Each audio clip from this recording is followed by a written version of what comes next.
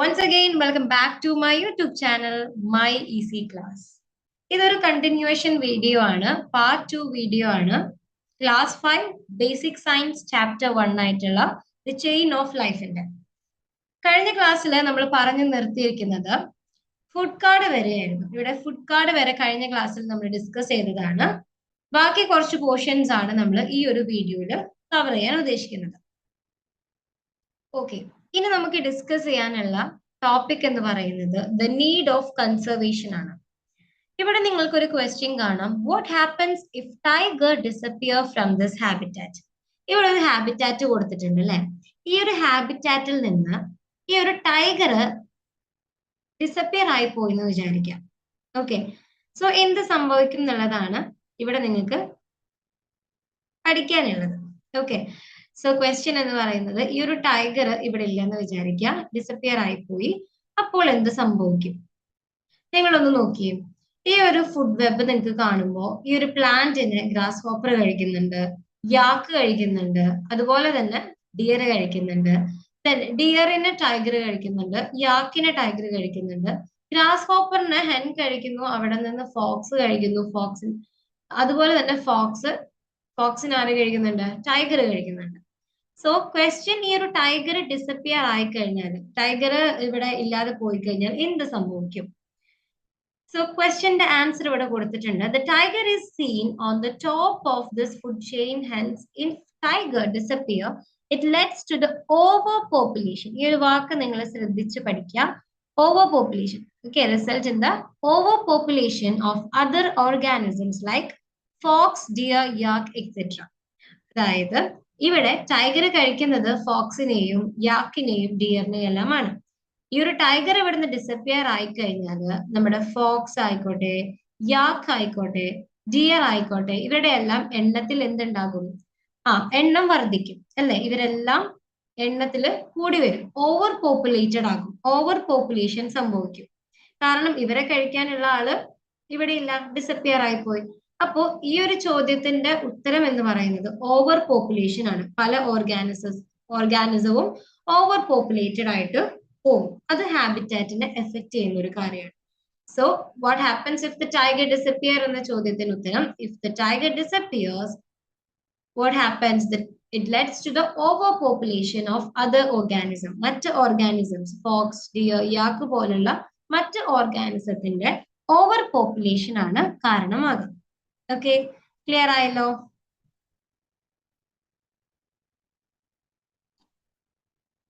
And next topic ആണ് invaders. Invaders എന്ന് പറയുന്നത് അക്രമകാരാണ്. ഈ ഇൻവേഡേഴ്സ് എന്ന് ഉദ്ദേശിക്കുന്നത്, ഇൻവേഡേഴ്സിന്റെ അർത്ഥമാണ് അക്രമക്കാരൻ, അതായത് അറ്റാക്ക് ചെയ്യുന്ന ആൾക്കാർ. ഇവിടെ നമുക്കൊരു ഫിഗർ കാണിച്ചിട്ടുണ്ട്, ആഫ്രിക്കൻ കാറ്റ് ഫിഷിന്റെ ആണ് ഫിഗർ. പലരും കണ്ടിട്ടുണ്ടാകും നമ്മുടെ നാട്ടിൽ ഈ ഒരു ആഫ്രിക്കൻ കാറ്റ് ഫിഷിന്, ആഫ്രിക്കൻ മുഷു എന്നൊക്കെ നമ്മൾ പറയും. സോ ഈ ഒരു ആഫ്രിക്കൻ കാറ്റ് ഫിഷ് പൊതുവെ കാണേണ്ട സ്ഥലം എന്ന് പറയുന്നത്, അല്ലെങ്കിൽ പൊതുവെ കാണുന്നത് ആഫ്രിക്കൻ കോണ്ടിനെന്റിലാണ്. ഓക്കെ, ആഫ്രിക്കക്കാരനാണ്. ആഫ്രിക്കൻ കോണ്ടിനെന്റിൽ കാണുന്ന ഒരു ഫിഷാണ് ആഫ്രിക്കൻ കാറ്റ് ഫിഷ്. ഇവര് പെട്ടെന്ന് വളരും, ഗ്രോ ചെയ്യും പെട്ടെന്ന്, അതുപോലെ തന്നെ മൾട്ടിപ്ലൈ വെരി ക്വിക്ലി, അതായത് എണ്ണത്തിൽ പെട്ടെന്ന് ഇവര് വർദ്ധിക്കുന്നുണ്ട്. ഓക്കെ, സോ പെട്ടെന്ന് മൾട്ടിപ്ലൈ ചെയ്യുകയും പെട്ടെന്ന് ഗ്രോ ചെയ്യുന്നതുമായിട്ടുള്ള ആഫ്രിക്കൻ കോണ്ടിനെന്റിൽ കാണുന്ന ഒരു ഫിഷാണ് ആഫ്രിക്കൻ കാറ്റ് ഫിഷ്. ഇനി ഈ ഒരു ആഫ്രിക്കൻ കാറ്റ് ഫിഷിന് ഇവിടെ കേരളത്തിൽ എന്ത് പ്രസക്തി എന്നുള്ള ചോദ്യത്തിന് ഉത്തരം, ഇവര് വളരെ അധികമായിട്ട് നമ്മുടെ കേരളത്തിലെ പോണ്ടുകളിൽ, വാട്ടർ ബോഡീസിലെല്ലാം കണ്ടു തുടങ്ങുന്നുണ്ട്. So they are found as an invasive fish in some water bodies of Kerala. കേരളത്തിലെ പല വാട്ടർ ബോഡികളിലും ഇൻവാൻസീവ് ഫിഷ് ആയിട്ട് ഈ ഒരു ആഫ്രിക്കൻ കാറ്റ് ഫിഷിനെ കാണുകയാണ് ചെയ്യുന്നത്. ഇനി എന്തുകൊണ്ട് ഇപ്പൊ ഇവര് കേരളത്തിലെ വാട്ടർ ബോഡിയിൽ ഉണ്ടായിക്കഴിഞ്ഞാൽ എന്താ പ്രശ്നം എന്ന് ചോദിച്ചാല്, ഇവര് നമ്മുടെ വാട്ടർ ബോഡീസിലുള്ള നോർമലി അവിടെ ഉണ്ടാകുന്ന കുറച്ച് ഫിഷ് ഉണ്ടാവില്ലേ, ഇപ്പൊ നമ്മുടെ പോണ്ടിലെല്ലാം കുഞ്ഞു കുഞ്ഞു മീനുകളൊക്കെ കാണും. അപ്പൊ നമ്മുടെ നാട്ടിലെ നേറ്റീവ് ഫിഷുകളെ ഈ ഒരു ആഫ്രിക്കൻ കാറ്റ് ഫിഷ് കഴിക്കും. ഓക്കെ, അപ്പൊ സ്വാഭാവികമായും നമ്മുടെ നേറ്റീവ് ഫിഷുകളുടെ എണ്ണം കുറയുകയും ആഫ്രിക്കൻ കാറ്റ് ഫിഷ് പെട്ടെന്ന് ഗ്രോ ചെയ്യുന്നതും പെട്ടെന്ന് മൾട്ടിപ്ലൈ ചെയ്യുന്നതുമായ ഫിഷ് ആയതുകൊണ്ട് എന്ത് സംഭവിക്കും? ആഫ്രിക്കൻ കാറ്റ് ഫിഷിന്റെ എണ്ണം കൂടുകയും നമ്മളുടെ നാട്ടിലുള്ള നേറ്റീവ് ഫിഷുകളെല്ലാം എണ്ണം കുറയുകയും ചെയ്യും. ഇത് നമ്മുടെ ഹാബിറ്റാറ്റിന് ഹാംഫുൾ ആണ്, അപകടമാണ്. ഓക്കെ, സോ ആ ഒരു കാര്യമാണ് ഇവിടെ പറയുന്നത്. If the African catfish reaches into local ponds, നമ്മുടെ ലോക്കൽ ആയിട്ടുള്ള പോണ്ടുകളിലൊക്കെ ഈ ആഫ്രിക്കൻ കാറ്റ്ഫിഷ് എത്തിയാൽ എന്ത് സംഭവിക്കും? തീർച്ചയായും it feeds on native fish. നമ്മുടെ ആ ഒരു ലോക്കൽ പോണ്ടിലുള്ള നേറ്റീവ് ഫിഷുകൾ ഉണ്ട്. ഓക്കെ, ആ നേറ്റീവ് ഫിഷുകൾ, അവിടെ ഓൾറെഡി ഉണ്ടായിരുന്ന ഫിഷുകൾ, അത്തരം ഫിഷുകളെല്ലാം ഇവര് കഴിക്കും. Okay, then the organism that feeds on African catfish are not found in our water body. ഇനി പ്രശ്നം എന്താന്ന് വെച്ച് കഴിഞ്ഞാല് ഈ ആഫ്രിക്കൻ കാറ്റ്ഫിഷിനെ കഴിക്കുന്ന ഒരു ഓർഗാനിസം ഉണ്ടായിരിക്കുമല്ലോ, ആ ഓർഗാനിസം നമ്മുടെ നാട്ടിലിട്ട് ഇല്ല. അതാണ് പ്രശ്നം. നമ്മുടെ നാട്ടിലെ മീനുകള്, ആ മീനുകളെ ഈ ആഫ്രിക്കൻ കാറ്റ്ഫിഷ് കഴിക്കുന്നു. ഈ ആഫ്രിക്കൻ കാറ്റ്ഫിഷിനെ കഴിക്കാൻ ആരുമില്ല. അതാണ് പ്രശ്നം. അപ്പൊ എന്താവും? ഇപ്പൊ നേരത്തെ നമ്മൾ ടൈഗറിന്റെ കേസ് പറഞ്ഞതുപോലെ ഇവിടെ നമ്മൾ ടൈഗറിന്റെ കാര്യം പറഞ്ഞു അല്ലെ. ടൈഗർ ഡിസപ്പിയർ ആയി കഴിഞ്ഞാൽ ഇവരെല്ലാം ഓവർ പോപ്പുലേറ്റഡ് ആകും. അതുപോലെ ഇവിടെ ഈ കാറ്റ്ഫിഷ്, ഈ ഒരു ആഫ്രിക്കൻ കാറ്റ്ഫിഷ് അവിടെ ഡിസപ്പിയർ ആകുന്നില്ല. അവരിങ്ങനെ ഗ്രോ ചെയ്തുകൊണ്ടേയിരിക്കുകയാണ്. ഇവരെ കഴിക്കാനുള്ള ഒരു ഓർഗാനിസം ആണെങ്കിൽ നമ്മുടെ നാട്ടിലില്ല. അപ്പോ ഈ ഒരു ഓവർ പോപ്പുലേറ്റഡ് ആകും. അങ്ങനെ അത് ഹാബിറ്റാറ്റിന് ദോഷം ചെയ്യും, ഹാംഫുൾ ആണ്. Hence it will be harmful to the habitat. അതാണ് ഈ ഒരു ഇൻവേഡേഴ്സിലെ ആഫ്രിക്കൻ കാറ്റ്ഫിഷിനെ കുറിച്ച് പറയാനുള്ളത്. ഓക്കെ, സോ ഇത് നമ്മുടെ ഒരു പോണ്ടാണ്. ഇവിടെ കുഞ്ഞു കുഞ്ഞെ കുറെ മീനുകൾ ഉണ്ടെന്ന് വിചാരിക്കാം. സോ ഈ ഒരു മീനുകളെ എല്ലാം കഴിക്കാൻ നമ്മുടെ ആഫ്രിക്കൻ കാറ്റ്ഫിഷ് വരികയാണ്.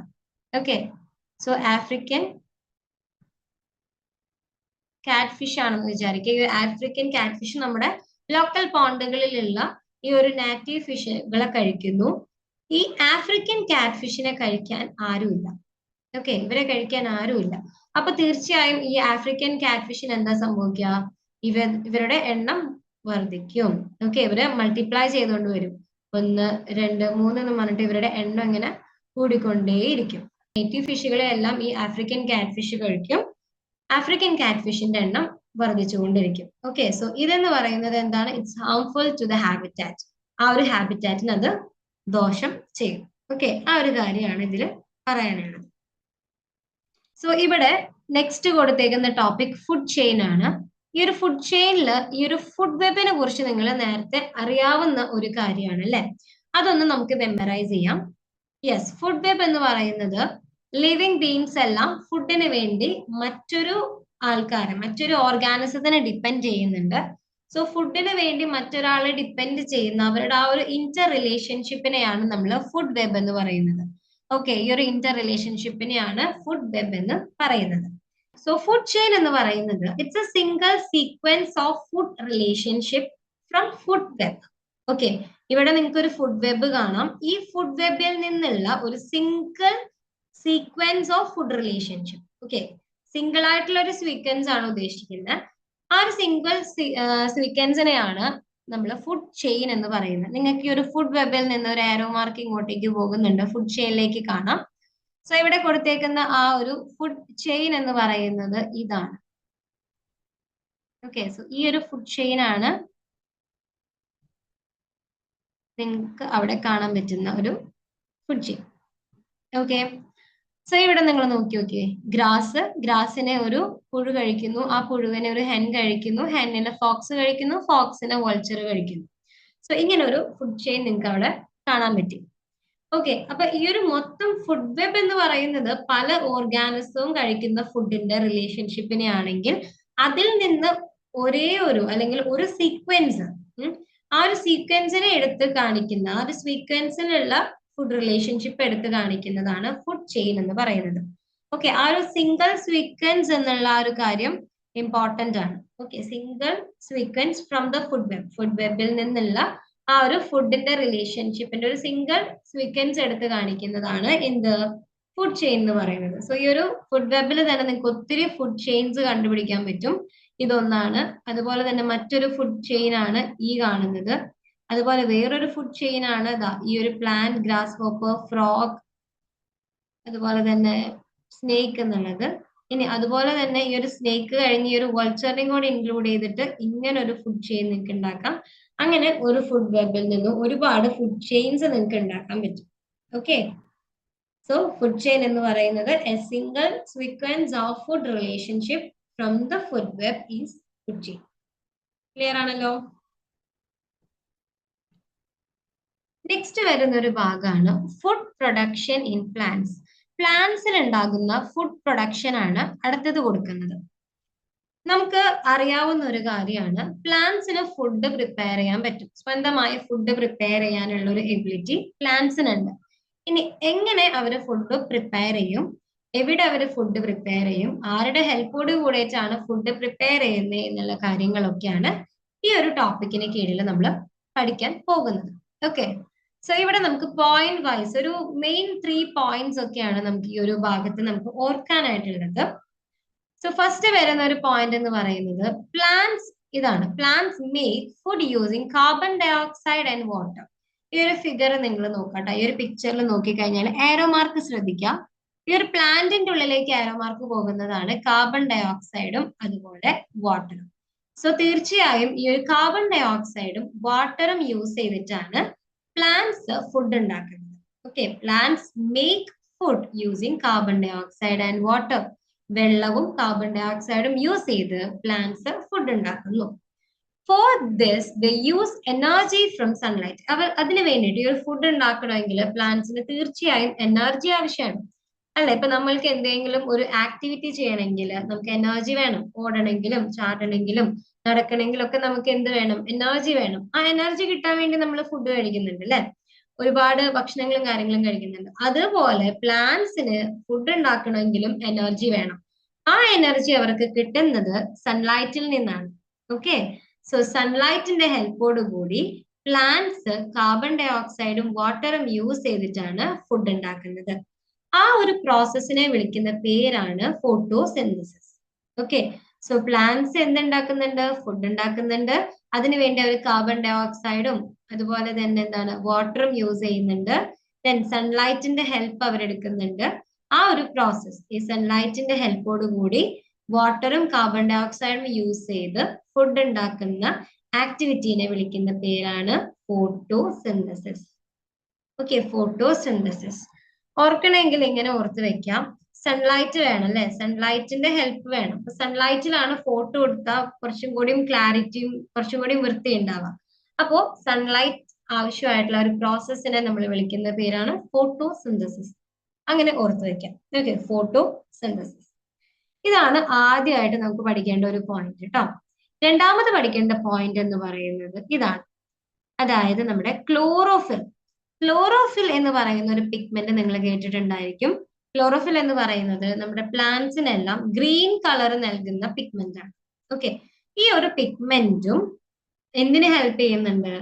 ഫുഡ് പ്രൊഡ്യൂസ് ചെയ്യാൻ ഹെൽപ്പ് ചെയ്യുന്നുണ്ട്. So chlorophyll is A pigment in leaves. എവിടെ കാണുന്ന പിഗ്മെന്റ് ആണ് ക്ലോറോഫിൽ? ലീവ്സിൽ കാണുന്ന പിഗ്മെന്റ് ആണ്. ഇത് ഗ്രീൻ കളർ നൽകുന്ന പിഗ്മെന്റ് ആയതുകൊണ്ട് നിങ്ങൾക്ക് ഗ്രീൻ കളർ ലീവ്സ് കാണാൻ പറ്റും. ഓക്കെ, സോ ക്ലോറോഫിൽ എന്ന് പറയുന്നത് എന്താണെന്ന് ആദ്യം പഠിക്കണം. അതൊരു പിഗ്മെന്റ് ആണെന്ന് പഠിക്കണം. അത് ലീവ്സിലാണ് കാണുന്നതെന്ന് പഠിക്കണം. അത് ഗ്രീൻ കളർ നൽകുന്ന ഒരു പിഗ്മെന്റ് ആണ്. ഓക്കെ, അതിനി വരും ക്ലാസ്സുകളിൽ നമുക്ക് കാണാം. സോ ഈ ഒരു ക്ലോറോഫിലും help the plants to produce food. Food ഉണ്ടാക്കാൻ ഹെൽപ്പ് ചെയ്യുന്നുണ്ട്. ഓക്കെ, പ്ലാന്റ്സിന് ഫുഡ് ഉണ്ടാക്കാൻ ഈ ഒരു ക്ലോറോഫിൽ ഹെൽപ്പ് ചെയ്യുന്നുണ്ട്. ഓക്കെ, ദെൻ തേർഡ് പോയിന്റ് എന്ന് പറയുന്നത് ഇതാണ്, oxygen. Oxygen is also produced as a result of this activity. Okay, ഇവിടെ നിങ്ങൾക്ക് കാണാൻ പറ്റും എന്താണ് ഓക്സിജൻ, അല്ലെ? ഇവിടെ നിങ്ങൾക്ക് ഓക്സിജൻ കാണാൻ പറ്റും. ഈ ഓക്സിജൻ ആണ് എന്തായിട്ട് പ്രൊഡ്യൂസ് ചെയ്യുന്നത്? Produced as A result of this activity. അതായത് ഫോട്ടോസിന്തസിസ് എന്ന് പറയുന്ന ഒരു ആക്ടിവിറ്റിയുടെ ഫലമായിട്ടാണ് ഓക്സിജൻ ഉണ്ടാകുന്നത്. ഓക്കെ, അപ്പൊ ഒന്ന് സമ്മപ്പ് ചെയ്ത് പറഞ്ഞുതരാം, ഒന്ന് സമ്മറൈസ് ചെയ്ത് തരാം. ലൈറ്റിന്റെ ഹെൽപ്പോട് കൂടി വാട്ടറും കാർബൺ ഡൈ ഓക്സൈഡും യൂസ് ചെയ്ത് പ്ലാന്റ്സ് ഫുഡ് ഉണ്ടാക്കുന്നു. ആ ഒരു ആക്ടിവിറ്റിനെയാണ് ഫോട്ടോസിന്തസിസ് എന്ന് വിളിക്കുന്നത്. ഓക്കെ, ദെൻ ക്ലോറോഫിൽ എന്ന് പറയുന്ന പിഗ്മെന്റ് അതിനെ ഹെൽപ്പ് ചെയ്യുന്നുണ്ട്. ക്ലോറോഫിൽ എന്ന പിഗ്മെന്റ് ആണ് ഫുഡ് ഉണ്ടാക്കാൻ ഹെൽപ്പ് ചെയ്യുന്ന ഒരു പിഗ്മെന്റ്. ഓക്കെ, സോ ആ പിഗ്മെന്റിന്റെ പേര് ചോദിച്ചാൽ ക്ലോറോഫിൽ എന്ന് എഴുതണം. ദെൻ ഇതിന്റെ ഫലമായിട്ട് ഉണ്ടാകുന്ന ഒരു പ്രോഡക്റ്റ് എന്ന് പറയുന്നത് ഓക്സിജൻ ആണ്. ഓക്കെ, സോ പ്രൊഡ്യൂസ് ചെയ്യുന്നത് എന്താണ്? ഈ ഒരു ആക്ടിവിറ്റി ഫോട്ടോസിന്തസിസിന്റെ ഫലമായിട്ട് പ്രൊഡ്യൂസ് ചെയ്യുന്ന ഒരു കാര്യമാണ് ഓക്സിജൻ എന്ന് പറയുന്നത്. ഓക്കെ, നെക്സ്റ്റ് വരുന്നത് സോഴ്സ് ഓഫ് എനർജി എന്ന് പറയുന്ന ഒരു ചെറിയൊരു ഭാഗമാണ്. സോ നമ്മൾ ഇതിന് മനസ്സിലായി സൺലൈറ്റ് ആവശ്യമാണ് ഫുഡ് പ്രൊഡ്യൂസ് ചെയ്യണമെങ്കിൽ പ്ലാന്റ്സിന് സൺലൈറ്റ് ആവശ്യമാണെന്ന് മനസ്സിലായി അല്ലെ. So sunlight is necessary for making food ഉണ്ടാക്കാൻ സൺലൈറ്റ് ആവശ്യമാണ്. സോ സൺലൈറ്റ് ഫുഡ് ഉണ്ടാക്കാൻ ആവശ്യമാണെന്ന് മനസ്സിലായി. ഇനി നിങ്ങൾ മനസ്സിലാക്കേണ്ട ഒരു കാര്യം, പ്ലാന്റ്സിന്റെ എല്ലാ ലീഫിലോട്ടും ഈ ഒരു സൺലൈറ്റ് റിസീവ് ചെയ്യണം. ആ ഒരു രീതിയിലായിരിക്കണം അറേഞ്ച്മെന്റ്, ലീഫിന്റെ അറേഞ്ച്മെന്റ് വേണ്ടത്. ഇവിടെ നിങ്ങൾക്ക് കുറച്ച് പ്ലാന്റ്സ് കൊടുത്തത് കാണാം. ഹിബിസ്കസ് ഉണ്ട്, തുളസി ഉണ്ട്, ദെൻ ഏഴിലം പാല എന്ന് പറഞ്ഞിട്ടുള്ള ഒരു ചെടിയുണ്ട്. ഇതിന്റെ എല്ലാം നിങ്ങൾ ലീഫ് അറേഞ്ച്മെന്റ്സ് ഒന്ന് ശ്രദ്ധിക്കാം. ഹിബിസ്കസ് ഇവിടെ ഒരെണ്ണം, ദെൻ നെക്സ്റ്റ് ഓപ്പോസിറ്റ് സൈഡിൽ കുറച്ചുകൂടി താഴോട്ട് ഇറങ്ങി വേറൊരു ലീഫ്, ദെൻ ഇങ്ങനെ ഓൾട്ടർനേറ്റീവ് ആയിട്ട് ഇങ്ങനെയാണ് ഇവരുടെ അറേഞ്ച്മെന്റ് വരുന്നത്. ഓക്കെ, സോ അതേപോലെ തന്നെ തുളസിയിലോട്ട് നോക്കിക്കഴിഞ്ഞാൽ നേരെ ഓപ്പോസിറ്റ്, ഒരു പോയിന്റിൽ നിന്ന് തന്നെ ഓപ്പോസിറ്റ് ആയിട്ടാണ് കൊടുത്തേക്കുന്നത്. ഓക്കെ, ദെൻ ഏഴിലം പാലയിലോട്ട് വരികയാണെങ്കിൽ ഒരു പോയിന്റിൽ നിന്ന് തന്നെ 1 2 3 4, ഓക്കെ, 4 ലീവ്സ് ആണ് ഒരു പോയിന്റിൽ നിന്ന് കൊടുത്തേക്കുന്നത്. സോ ഇങ്ങനത്തെ അറേഞ്ച്മെന്റ് എല്ലാം മാക്സിമം സൺലൈറ്റ് അവരുടെ ലീവ്സ് റിസീവ് ചെയ്യാൻ വേണ്ടിയിട്ടാണ് കൊടുത്തേക്കുന്നത്. ഇനി ഇതിൽ ഹിബിസ്കസിന്റെ ലീഫ് അറേഞ്ച്മെന്റിനോട് സിമിലർ ആയിട്ട് കൊടുത്തേക്കുന്ന മറ്റ് ലീവ്സ് ആണ് mango tree, coconut tree, sunflower, mustard ഒക്കെ. അപ്പൊ നിങ്ങൾ മാംഗോ ട്രീന്റെയും കോക്കനട്ട് ട്രീന്റെ, അതായത് ഒരു ഓലപ്പട്ടൊക്കെ എടുത്ത് നോക്കി കഴിഞ്ഞാൽ കാണാൻ പറ്റും, അവിടെ ഒരു തണ്ടിൽ നിന്ന് ഇതുപോലെ 1 2 ഇങ്ങനെയായിരിക്കും അവരുടെ അറേഞ്ച്മെന്റ്സ് പോയിട്ടുണ്ടാവുക. ഓക്കെ, അതുപോലെ തുളസിയുടെ ഇല പോലെ അറേഞ്ച് ചെയ്തിരിക്കുന്നതാണ് റോസ്, ഗുവ, ഇക്സോറ, മിന്റ് ഒക്കെ. ഇതിൽ ഇക്സോറ എന്ന് പറയുന്നത് ചെത്തീനെയാണ് ഉദ്ദേശിക്കുന്നത്, ചെത്തിപ്പൂവിന്റെ ഇലകളുടെ അറേഞ്ച്മെന്റ് ആണ്. ഏകദേശം തുളസി പോലെ തന്നെയാണ് അവരുടെയും അറേഞ്ച്മെന്റ്. ആൻഡ് നെക്സ്റ്റ് വരുന്നതാണ് ഏഴിലം പാല എന്ന് പറയുമ്പോൾ അവിടെ അരളി, നിത്യകല്യാണി, ഇക്വിസെറ്റം, സ്പൈഡർ പ്ലാന്റ്, ഇത്തരം പ്ലാന്റുകളിലൊക്കെയാണ് ആ ഒരു രീതിയിലുള്ള ഒരു ലീഫ് അറേഞ്ച്മെന്റ് പോകുന്നത്. ഓക്കെ, സോ ഇതാണ് സോഴ്സ് ഓഫ് എനർജി എന്ന് പറയുന്ന ഒരു ഭാഗത്ത് പഠിക്കാനുള്ളത്. സോ നമ്മൾ ഇന്ന് ഡിസ്കസ് ചെയ്ത കാര്യങ്ങളൊന്ന് സമ്മപ്പ് ചെയ്യാം നമുക്ക്. സോ നമ്മൾ നീഡ് ഓഫ് കൺസർവേഷൻ ആണ് ഫസ്റ്റ് നോക്കിയത്. ഈ ഒരു ടൈഗർ ഇവിടെ നിന്ന് ഡിസപ്പിയർ ആയി കഴിഞ്ഞാൽ തീർച്ചയായും വരുന്ന ഒരു കാര്യമാണ് ഓവർ പോപ്പുലേഷൻ. ഓക്കെ, അതായത് ഇവിടെ ഫോക്സ്, യാക്ക്, അതുപോലെ ഡിയർ, ഇവരെല്ലാം ഓവർ പോപ്പുലേറ്റഡ് ആകും. ഓക്കെ, സോ അത് ഹാബിറ്റാറ്റിന് ദോഷം ചെയ്യുന്നതാണ്. നെക്സ്റ്റ് വരുന്നതാണ് ഇൻവേഡേഴ്സ് എന്ന് പറയുന്ന ഒരു ഭാഗം, അതായത് ആക്രമകാരികളായിട്ടുള്ള കുറച്ച്. ഇവിടെ ഒരു എക്സാമ്പിൾ കൊടുത്തത് ആഫ്രിക്കൻ കാറ്റ് ഫിഷിനെയാണ്. ആഫ്രിക്കൻ കോണ്ടിനെന്റിൽ മാത്രം കണ്ടുവന്നിരുന്ന ഒരു ഫിഷാണ്. അത് പെട്ടെന്ന് വളരുകയും പെട്ടെന്ന് മൾട്ടിപ്ലൈ ചെയ്യുകയും ചെയ്യുന്ന ഒരു ടൈപ്പ് ഓഫ് ഫിഷാണ്. ഇവര് നമ്മുടെ കേരളത്തിന്റെ വാട്ടർ ബോഡീസിലോട്ട് വന്നു കഴിഞ്ഞാൽ കേരളത്തിലെ പല നേറ്റീവ് ഫിഷുകൾ, നമ്മളുടെ കുളങ്ങളിലെല്ലാം ഉള്ള നേറ്റീവ് ഫിഷുകളെയെല്ലാം, നോർമലി അവിടെ കാണുന്ന മീനുകളെയെല്ലാം ഇവർ കഴിക്കുകയും, എന്നാൽ ഇവരെ കഴിക്കാനുള്ള ഒരു ഓർഗാനിസം നമ്മളുടെ വാട്ടർ ബോഡീസിൽ ഇല്ല. അപ്പൊ സ്വാഭാവികമായും ഈ ആഫ്രിക്കൻ കാറ്റ് ഫിഷിന്റെ എണ്ണം കൂടുകയും അത് ആ ഒരു ഹാബിറ്റാറ്റിന് ഹാർംഫുൾ ആയി മാറുകയും ചെയ്യും. അതാണ് ഈ ഒരു ഇൻവേഡേഴ്സ് എന്ന് പറയുന്ന ഒരു ഭാഗത്ത് നമ്മൾ നോക്കിയത്. നെക്സ്റ്റ് വരുന്നത് ഫുഡ് ചെയിൻ ആണ്. ഫുഡ് ചെയിൻ എന്ന് പറയുന്നത് ഒരു ഫുഡ് വെബിൽ നിന്ന് ഫുഡ് റിലേഷൻഷിപ്പിന്റെ ഒരു സിംഗിൾ സീക്വൻസിനെയാണ് ഫുഡ് ചെയിൻ എന്ന് പറഞ്ഞ് പഠിച്ചത്. ഓക്കെ, സോ ഈ ഒരു ഇവിടെ കൊടുത്തിരിക്കുന്ന ഈ ഒരു ഫുഡ് വെബിൽ നിന്ന് തന്നെ നമുക്ക് ഒത്തിരി ഫുഡ് ചെയിൻസ് നമുക്ക് ഉണ്ടാക്കിയെടുക്കാൻ സാധിക്കും. Next topic food production in plants ആയിരുന്നു. ഫോട്ടോസിന്തസിസ് എന്ന് പറയുന്ന ഒരു ടേം നമ്മൾ അവിടെ പഠിച്ചു. ഇതിനായിട്ട് സൺലൈറ്റിന്റെ ഹെൽപ്പോട് കൂടി കാർബൺ ഡയോക്സൈഡും വാട്ടറും യൂസ് ചെയ്തിട്ട് പ്ലാന്റിലുള്ള ഒരു ക്ലോറോഫിൽ എന്ന് പറയുന്ന പിഗ്മെന്റിന്റെ ഹെൽപ്പോട് കൂടെയാണ് ഫുഡ് പ്രൊഡ്യൂസ് ചെയ്യുന്നത്. അതിന്റെ ഫലമായി നമുക്ക് ഓക്സിജൻ എന്ന് പറയുന്ന ഒരു ഗ്യാസ് റിലീസ് ചെയ്യുന്നുണ്ട്. Okay, so oxygen is produced. ഈ ഒരു കാര്യമാണ് ഫോട്ടോസിന്തസിസിൽ നടക്കുന്നത്. സോ ഫോട്ടോസിന്തസിസ് എന്താണെന്നും ആ ഒരു ഫോട്ടോസിന്തസിസിനെ ഹെൽപ്പ് ചെയ്യുന്നത് ആരെല്ലാമാണ്, വാട്ടറും കാർബൺ ഡയോക്സൈഡിന്റെ റോൾ എന്താണ്, ദെൻ ക്ലോറോഫിൽ എന്ന് പറയുന്ന പിഗ്മെന്റ് ഏതാണ് ഫോട്ടോസിന്തസിസിനെ ഹെൽപ്പ് ചെയ്യുന്നതെന്ന് ചോദിച്ചു കഴിഞ്ഞാൽ ക്ലോറോഫിലിന്റെ പേര് പറയണം. ദെൻ ഓക്സിജൻ ആണ് പ്രൊഡ്യൂസ് ചെയ്യുന്നത്. ഓക്കെ, റിസൾട്ട് ചെയ്ത് കിട്ടുന്നത് ഓക്സിജനും ഫുഡുമാണ്. ഓക്കെ, സോ നെക്സ്റ്റ് വരുന്നതായിരുന്നു ലാസ്റ്റ് പഠിച്ച സോഴ്സ് ഓഫ് എനർജി. നമുക്കറിയാം സൺലൈറ്റ് പ്രൊഡക്ഷൻ ഓഫ് ഫുഡിന് വളരെ ഇമ്പോർട്ടന്റ് ആണ് പ്ലാന്റ്സിനെ സംബന്ധിച്ച്. സോ ആ ഒരു സൺലൈറ്റ് മാക്സിമം ലീവ്സിന് റിസീവ് ചെയ്യുന്ന രീതിയിൽ വേണം ലീവ്സിന്റെ അറേഞ്ച്മെന്റ് വേണ്ടത്. സോ 3 ടൈപ്പ് ഓഫ് അറേഞ്ച്മെന്റും അത് റിലേറ്റഡ് ചെയ്തിട്ടുള്ള ഏതൊക്കെ പ്ലാന്റ്സിലാണ് അത്തരം അറേഞ്ച്മെന്റ് ഉള്ളതെന്നും നമ്മൾ പഠിച്ചു. തുളസി, ഹിബിസ്കസ്, ബ്ലാക്ക് ബോർഡ് ട്രീ, അതായത് 7 ഇനം പാലൊക്കെയാണ് നമ്മളവിടെ എക്സാമ്പിൾ ആയിട്ട് കൊടുത്തേക്കുന്നത്. അതുപോലെ കൂടുതൽ അതുപോലെ അറേഞ്ച് ചെയ്തിരിക്കുന്ന പ്ലാന്റ്സ് ഏതൊക്കെയാണെന്നും നോക്കി.